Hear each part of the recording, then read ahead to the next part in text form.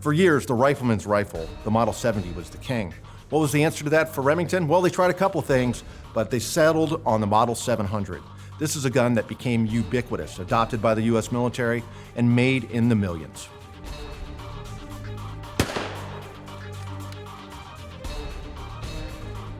In the years following the First World War, there was something of a commercial arms race between Winchester and Remington over the bolt-action sporting rifle market. Both companies had made US model of 1917 rifles for the war effort, and following the war and the subsequent contract cancellations that came along with the end of conflict, both companies were left with tooling that was designed to make this particular rifle action. And after a few years went by, both companies decided to develop modern sporting rifles, bolt-action hunting rifles, based largely off of the Model 1917 receiver. This war went back and forth with each company developing and honing certain aspects of their respective actions. And this went on for a couple of decades until 1936. And in 1936, Winchester really took a significant lead with the introduction of what became known as the Rifleman's rifle, the Model 70. Really, the Rifleman's rifle was what everybody was up against.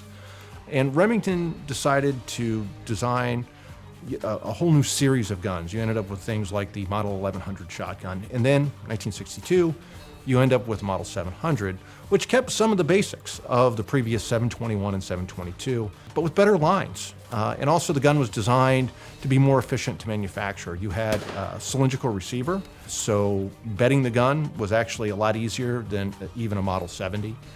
And you know, you could have it two ways. So you had the ADL and the BDL. You had, you know, the planar ADL at a better price point. Then you had the BDL, and that had, you know, like fleur-de-lis pressed checkering and white spacers and a gloss finish, and, you know, it was shinier.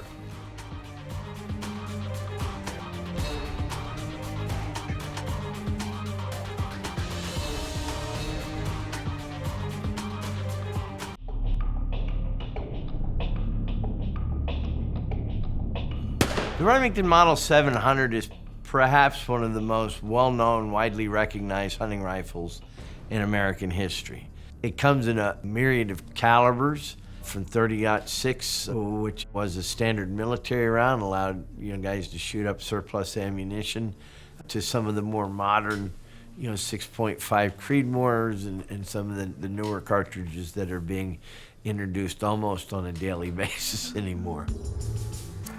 In 1962, Mike Walker and his design team roll out the first iterations of the Remington 700, and is built around the principles of what they call the three rings of steel. You have the receiver ring, and you have the bolt head, and then you have the barrel. And so it is an incredibly robust, incredibly strong design. And it is also incredibly easy to manufacture, particularly compared to pre-war designs. And so when Remington develops its Model 700 then, this takes off as an affordable, reliable, robust alternative to what is an expensive, hard-to-build rifle in the Winchester Model 70. The gun actually we're using here today, and the BDL, is my own personal gun. It was made in October of 1962, and my parents gave it to me for Christmas in December of 1962. When you bought the Remington, they gave you kind of a cheesy little leather sling that had a couple of buttons on it. And of course, immediately as a kid, I had to put that on and had to make my rifle complete. And I'm still using that same darn sling. How many years later? Good Lord, half a century or more. And actually, that cheesy little sling is still doing just fine.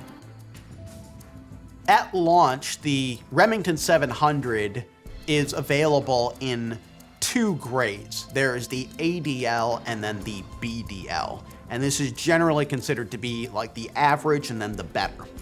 And what's distinguished the BDL from the ADL was largely the addition of a hinged floor plate that opened on the bottom of the receiver. So this allowed you to quickly unload the action, whereas on the ADL, it was a blind magazine. So the only way that you could get into the action was by cycling the bolt.